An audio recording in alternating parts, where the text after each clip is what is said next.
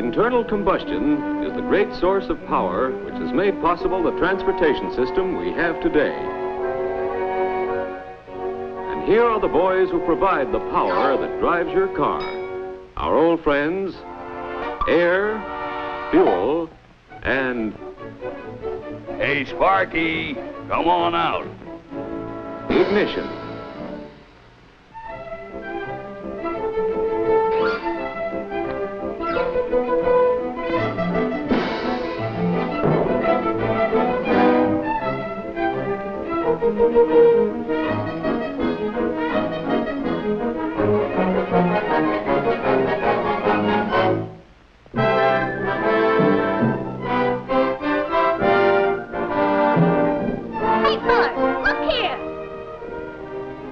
What kind of an engine is that? I don't know.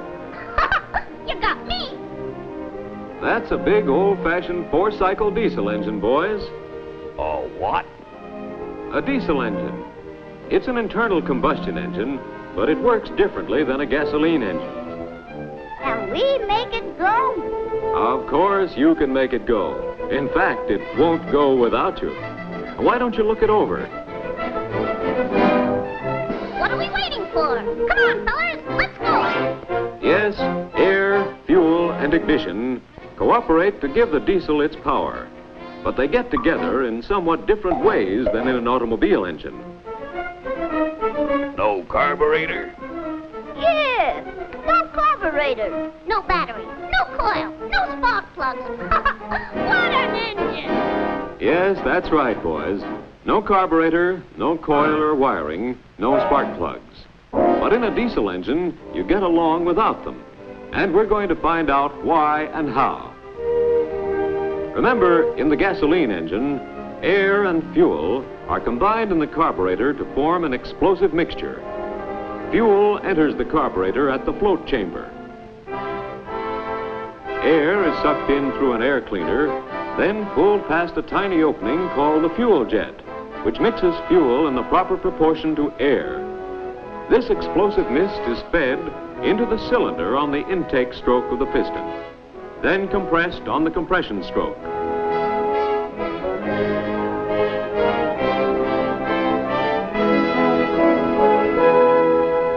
Meanwhile, our third member of the internal combustion trio is waiting in the ignition system in the form of electrical energy.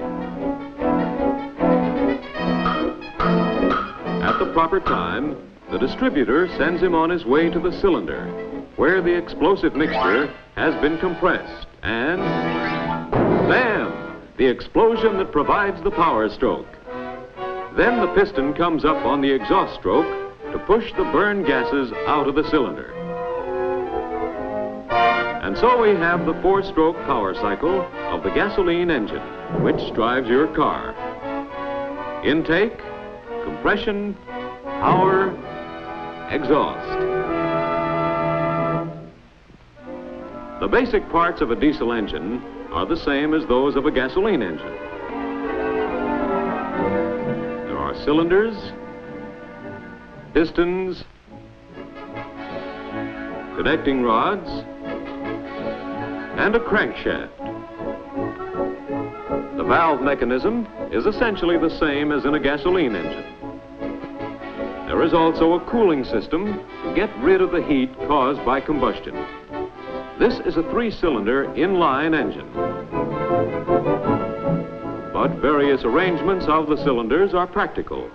V-type, pancake, and so forth. In a diesel engine, there is no carburetor to mix air and fuel outside the cylinder, and no electrical system to provide ignition in the form of high-voltage electricity.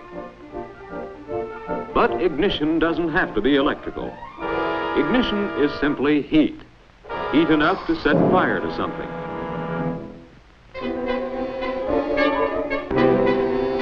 If you squeeze any substance hard enough, compress it, it gets hot.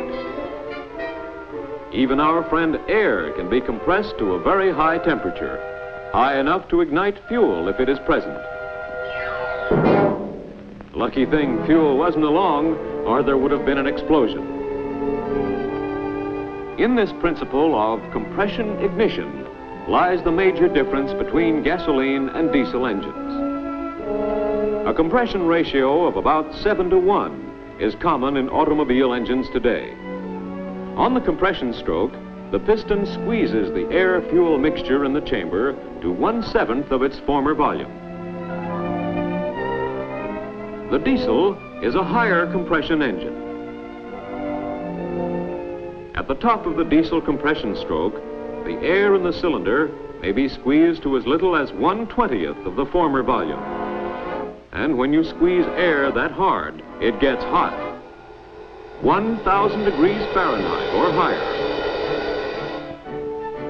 Because of higher compression and therefore higher temperatures in the cylinders, diesel engines can use fuels which are less volatile than gasoline.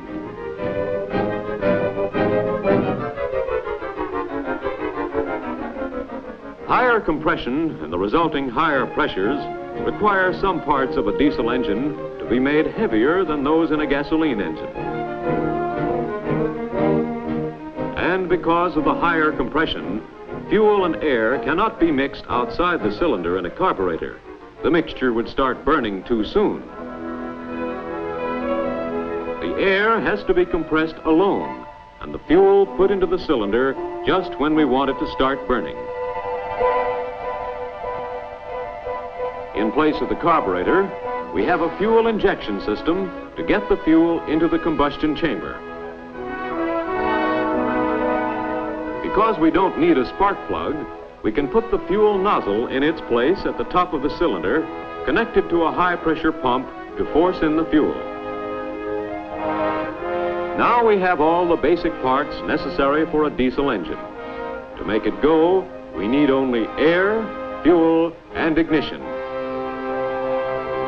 And here comes the first one, air. Whoops, the valve closes and there is no way out.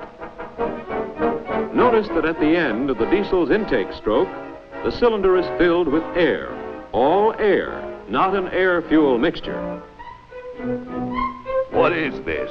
Another squeeze plane? Exactly, my friend. You're going to work in a diesel engine. Then the compression stroke, and his temperature rises steadily until it is hot enough to start fuel burning. Now, if fuel were only here... Hey, what's up? Your pals are waiting for you. This will do it. Fuel is pumped to the nozzle and sprayed into the chamber through tiny holes, where the heated air ignites it immediately. The power stroke is completed. And the exhaust valve opens as the piston returns on the exhaust stroke, driving the burned gases out of the cylinder. That completes the diesel's four-stroke cycle. Intake, compression, power, exhaust. The power comes from the expansion of the burning gases, just as in a gasoline engine. But in a diesel, they expand more because of the higher compression. That's one reason for the diesel's high efficiency.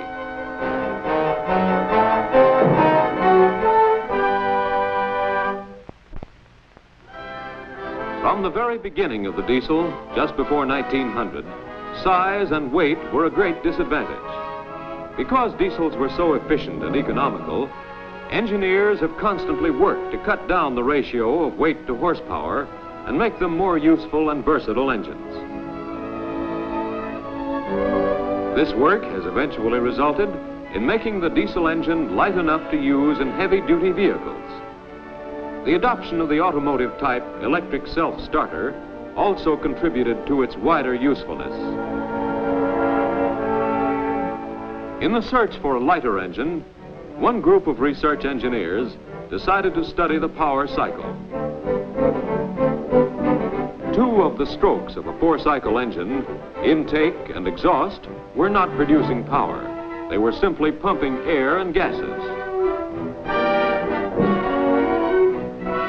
This fact led these research men to believe that the greatest reduction in size and weight could be made in a two-cycle engine. To accomplish this, years of development and millions of dollars were required.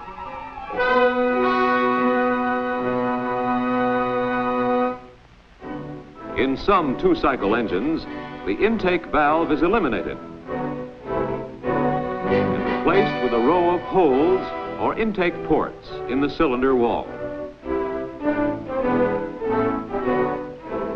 Then, to force large quantities of air into the cylinder quickly, a blower is added on the outside.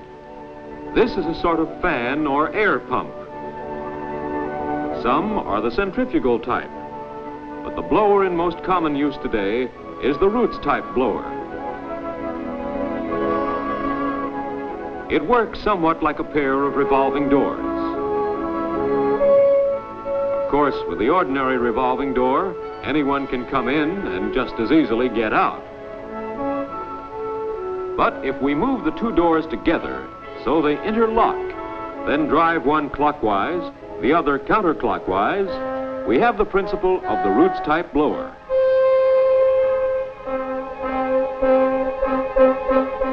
This unit provides a continuous supply of fresh air for combustion and a means of blowing exhaust gases out whenever the valve is open. The blower itself is a casing with two rotors, each having 3 spiral lobes which fit together somewhat like gear teeth. They give a constant flow of fresh air. This supply of air makes possible the two-stroke cycle, commonly called the two-cycle diesel engine. As the piston starts up, it seals off the ports and goes on to compress and heat the air to a high temperature. At the top of the stroke, fuel is injected and the explosion drives the piston down on the power stroke. As the piston is driven down, the exhaust valve opens. The ports are uncovered and the blower forces air in, driving out the burned gases and filling the cylinder with fresh air. A second exhaust valve may be added to assist in removing gases.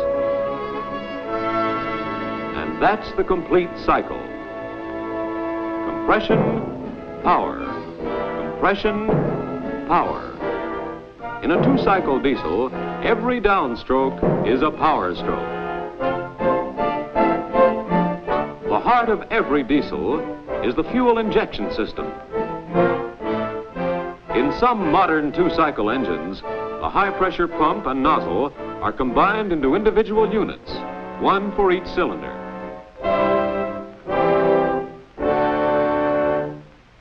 These are called unit injectors. In principle, the injector is like a squirt gun. But how does it work? Fill it up, little fellow, and we'll find out. As we push the plunger down, the fuel is squeezed.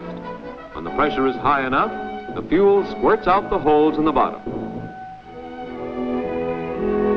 Simple, isn't it? Yes, it's simple enough in principle, but in practice, it's a minutely precise mechanism that accurately measures the fuel and forces it into the cylinder at exactly the right time. The jets through which the fuel must be forced have a diameter as small as 6/1000th of an inch, about the size of a human hair.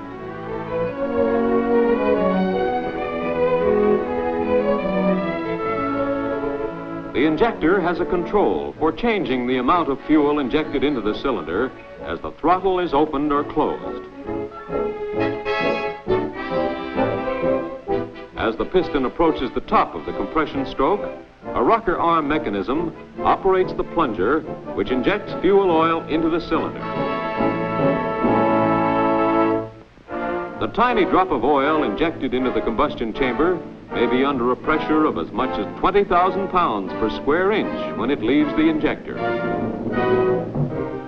Since the beginning of the diesel engine, changes in design plus improvements in materials have brought the weight of the modern diesel down to as low as 5 pounds per horsepower.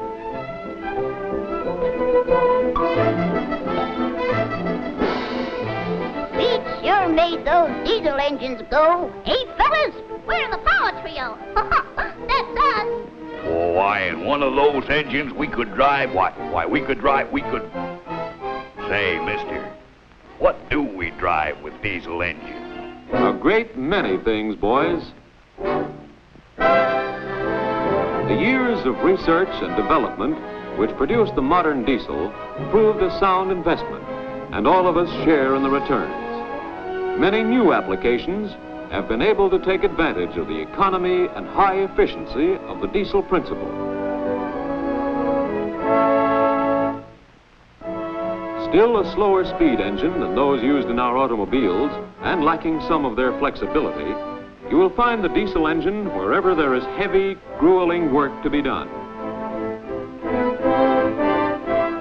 Diesel power builds and maintains our modern highways, operates oil fields, logs timber, runs sawmills, powers tugboats and ocean-going ships, fishing and pleasure craft, and our Navy's landing craft and submarines. This modern, reliable power plant becomes more versatile every day, driving heavy-duty trucks and buses, pulling the fast freight and streamlined passenger trains.